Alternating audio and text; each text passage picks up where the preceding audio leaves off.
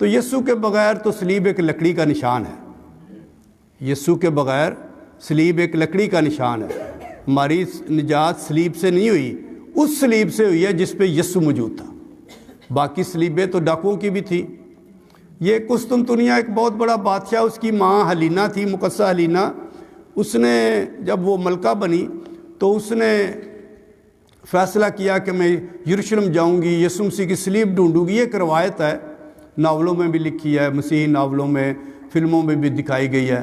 تو وہ کیونکہ جب ڈاکوؤں کو صلیبیں دی جاتی تھی تو وہ جو لکڑی کے ہوتے تھے ایک کنویں میں ڈال دیے جاتے تھے، کیل بھی سارا کچھ کنویں میں ڈال دیا جاتا تھا۔ تو وہ گئی تو وہاں سے نکلی وہ صلیبیں نکلی تو اس میں تو ساری مکس تھی۔ اب انہوں نے دور دور رکھ دی، اور یہ جاننے کے لیے کہ یسوع کی صلیب کون سی ہے انہوں نے قریب سے کوڑی گزارے۔ تو جو تختہ نہیں کہنا چاہیے، جو چتیر یسوع والی صلیب کے تھا اس سے شفا ملی۔ تو یہ ایک روایت ہے 4-5ویں صدی کی لکھی ہوئی ہے۔ تو ویسے میں کہہ رہا ہوں عام صلیب تو عام صلیب ہے، ہمیں ایک عام صلیب سے نجات نہیں ملی، صرف اس صلیب سے جس پر یسوع مسیح تھے، اور جس صلیب پر یسوع مسیح نہیں ہے وہ ایک لکڑی ہے، نجات کا نشان نہیں ہو سکتی۔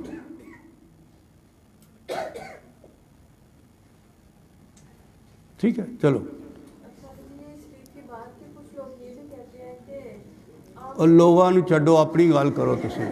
کچھ لوگ یہ کہتے ہیں ساڑھے سوری آپ کی باری آئے گا، سوری میں نے دیکھا نہیں تھا۔ جی بتایا جی، وہ اپنا ایمان مضبوط کرو، لوکاں نو ساری زندگی لوکاں نے گزار چڑی۔ جی ڈو یو وانٹ اور ناٹ؟ اچھا جی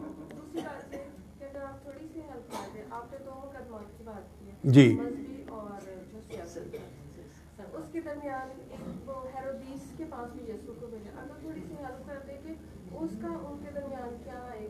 وہ لوکا کی انجیل میں تشریح بھی کی گئی ہے کہ پلاطس کو جب پتہ چلا کہ یہ جلیل کا رہنے والا اس صوبے کا ہے، اور اس صوبے کا گورنر ہیرودیس ہے، جلیل کے صوبے کا گورنر، اور آج کل وہ یروشلم میں آیا ہوا، تو اس نے ادھر بھیج دیا۔ یہ لوکا کے مطابق انجیل میں لکھا ہے۔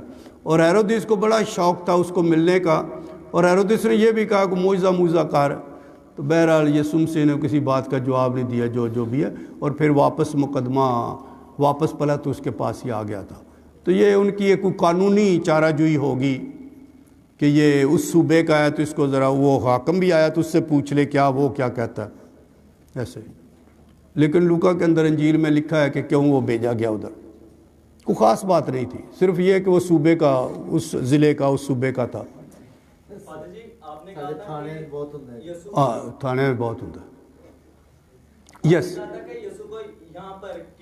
جی پر اگر ہم یسوع کے دکھوں کی مووی کو دیکھیں یا پھر دوسری تصویروں کو دیکھیں اور ان مقدسین کے ہاتھوں کی طرف دیکھیں جن کو سٹگمیٹا کے نشان ملے تھے، تو ان کے ہاتھ کے یہاں پر وہ نشان، مجھے پتہ جو آپ کہہ رہے ہیں۔ جی یہاں پر یا یہاں پر یہ کنفیوژن یہ کیا ہے؟ کوئی کنفیوژن نہیں ہے۔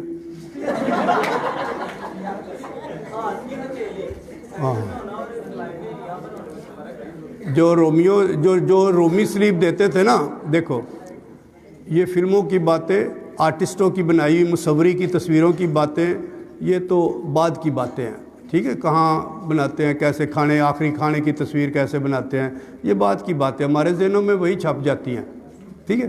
لیکن میں بتا رہا ہوں کہ اس وقت اصل میں دستور کیا تھا، رومی دستور۔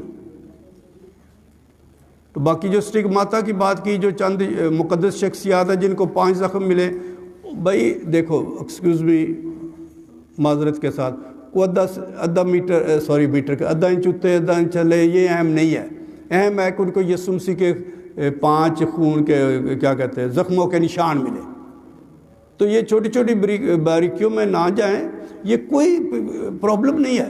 جو ہسٹوریکل ریسرچ ہے نا اس کو بھی ذہن میں لائیں۔ صرف فلموں کی باتیں، فلمیں تو تھوڑا سا پھر بڑھا چڑھا کے، تھوڑا سا ایگزیجریٹ کر کے، تھوڑا سا پرکشش کر کے دکھاتی ہیں۔ فلموں نے تو فلم بنانی ہوتی ہے، تو ہر بات فلم دیکھیں، انجوائے کریں۔ جی کونی تک ہاتھ کہا جاتا ہے۔ فاضی کہتے ہیں یہ سارا ہاتھ ہی ہوتا ہے، تو کسی جگہ پہ بھی لگا لے, پریشان نہ ہوں. اگر آپ یہاں لگانا چاہتے ویری گڈ, کوئی بات نہیں, ٹھیک ہے, کوئی بات نہیں. اتنی اپنے ایمان کو یہ چھوٹے چھوٹے جزیات میں نہ لائیں, ڈسٹرب نہ کریں. وہ مصلوب یسو پہ فوکس کریں. ہیلو, وہ قلعہ نو چھاڑ, آپ مجھے وہ تھوڑے کا وزن کتنا تھا, مصلوب یسو پہ فوکس کریں اپنے آپ کو.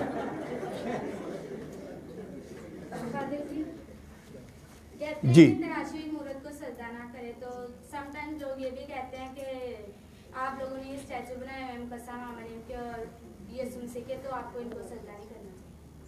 اچھا بیٹھے. آپ نے میری باتیں سنی ہیں, دکھوں کے مناظر, یسوع مسیح کے دکھوں کے مناظر, ان کے متعلق کوئی سوال ہے تو کر لیں, کیونکہ کچھ لوگ نا سوال لے کر ہی آتے ہیں کہ مضمون جو مرضی ہو, کیمسٹری ہو, فزکس ہو, الجبرا ہو, وہ سوال کرنا ہے. ٹھیک ہے گڑیا, یہ پھر کبھی بات کریں گے.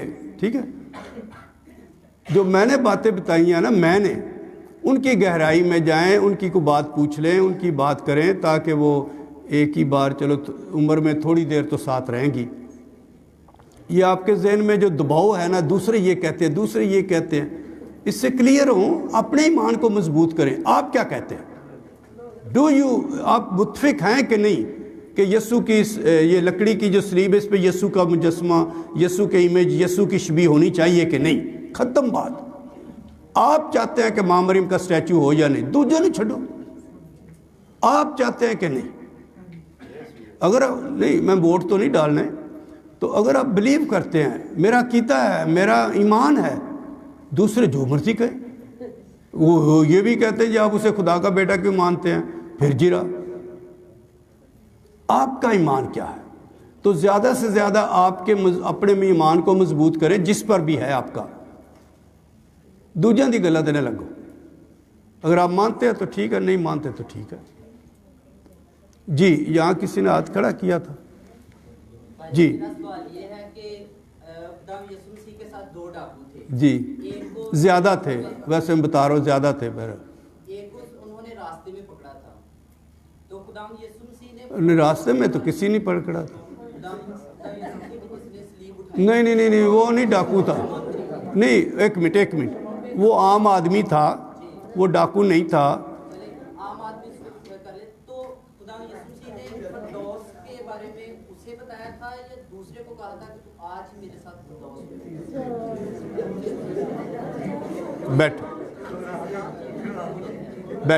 بیٹھے. ایک بات تو یہ ہے کہ وہ جو شمعون کرینی ہے, اس کی ڈیوٹی صرف یہ تھی کہ سلیب اٹھانے میں مدد کرے اور کلوری تک جائے. جب سلیب کلوری تک پہنچ گئی اس کی چھٹی. وہ ڈاکو نہیں تھا. یہ ڈاکو جو ہیں, اور بھی ڈاکو تھے, لیکن بائبل میں 2 کا ذکر اس لیے ہے کیونکہ گفتگو دونوں سے ہوئی تھی, باقی آؤٹ آف فوکس ہے. زیادہ ڈاکو تھے, لیکن چونکہ بائبل میں یسوع مسیح کے ساتھ گفتگو بائبل صرف یسوع مسیح میں دلچسپی رکھتی ہے, اور صرف ان کرداروں میں جو یسوع سے بات چیت کرتے ہیں.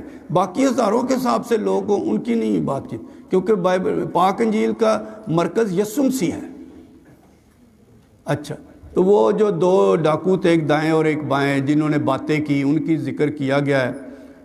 تو اگلا بات ہے کہ کس سے کہا کہ آج ہی تم میرے ساتھ فردوس میں ہوگا. یہ تو میرا خیال پبلک میں سے بھی آپ کو بتا سکتا, آپ کے دائیں بائیں جو بیٹھے ہیں وہ بھی بتا سکتے ہیں. کوئی بتائے بھئی, کس ڈاکو, یسوع نے کس ڈاکو کو کہا تھا کہ تو میرے ساتھ فردوس میں ہوگا؟ چلو پتہ چلا آپ کو؟ ہلو, نہیں میری طرف دیکھیں نا.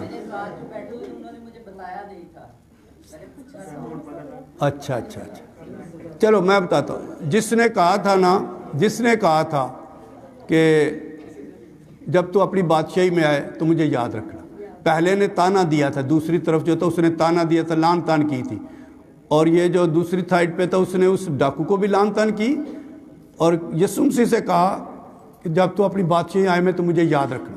اور یسوع مسیح نے اس سے وعدہ کیا تھا, برکت دی تھی. ٹھیک ہے, جو یسوع کو مانتا تھا. اوکے, میں وقت لینا چاہتا ہوں.